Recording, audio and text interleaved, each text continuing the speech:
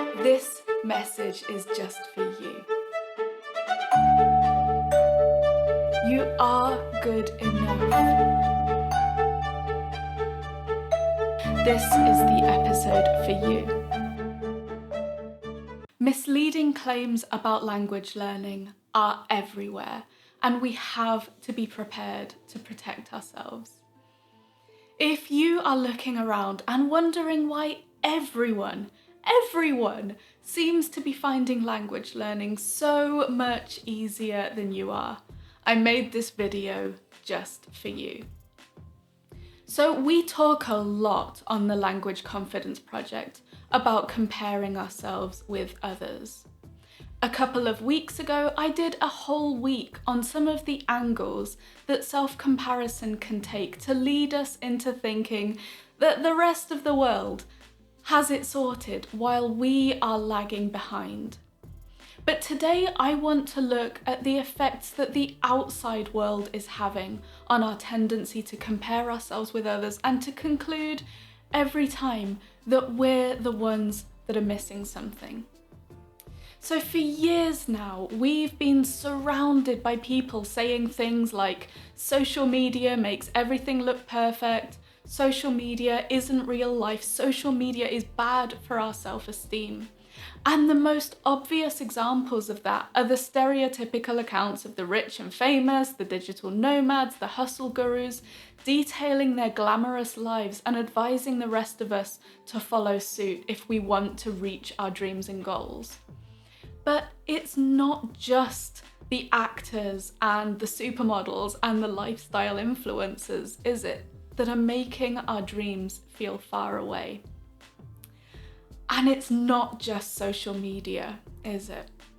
Because one of the fundamental problems is not a social media app or a platform. It's that too many of the language stories that we're fed are broken. It's, I did this course and then I was fluent. I moved to Spain and then I was fluent.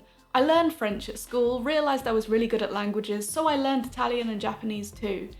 I talked to people a lot and then I was fluent. I studied really hard and then I was fluent. I went absolutely crazy on my language learning for a couple of months and then I was fluent. None of those are a story.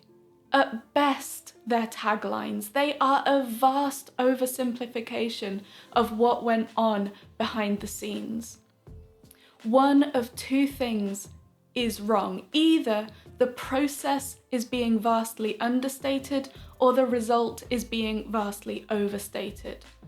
But we hear them enough and we start to believe them. And then comes the worst part. We get so used to the idea of, well, I wanted to learn a language, so I just did it narratives, that just the smallest fragment of information sets our brain to work constructing those stories for ourselves, even when nobody anywhere is telling them to us. We see a TikTok of someone studying, barely 10 seconds of footage with a motivational quote overlaid, and we just assume that they study all day, every day. Or we catch a fleeting glance of someone we don't even know holding a book with the title Russian for Beginners, and a little part of us whispers that they'll probably be fluent by Christmas. We watch one sentence or two of someone having a conversation that sounds flawless. Maybe it is, maybe it isn't. Maybe we don't even understand a single word of what they're saying. And we tell ourselves that they must have a unique gift for language learning that we lack. One person, when we meet them, utters the phrase, "I am obsessed with Japanese and Arabic," and our brain immediately jumps to tell us that they're probably at near native level in both. It's almost like we cling onto these half-truths as an opportunity to colour in the blank spaces for ourselves and just make ourselves feel worse. But the stories that you're comparing yourself and your journey with are just incomplete. And those stories can lead you, deliberately or not, to fill in the gaps with overestimations and assumptions that mean that these other people must just be better, faster, and more successful than you. So if there is one takeaway today, it's to be aware of all the smoke and mirrors around you in the language stories that you hear.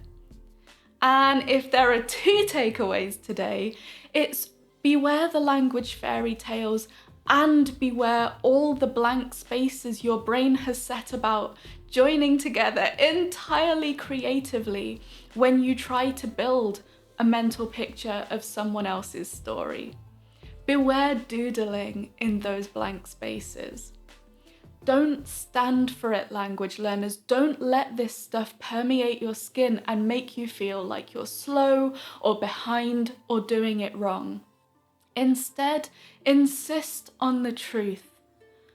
Ask questions. You can do it gently, openly, with full curiosity. It doesn't need to be in any way an accusation, but probe into the processes.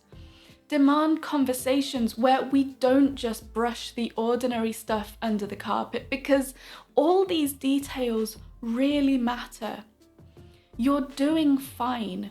Your language experience is normal, and if it feels a bit mundane sometimes, know that over time, so much more progress comes from the daily routines and the consistent habits rather than the flashy moments of unboxing a new thing or an Instagrammable weekend abroad.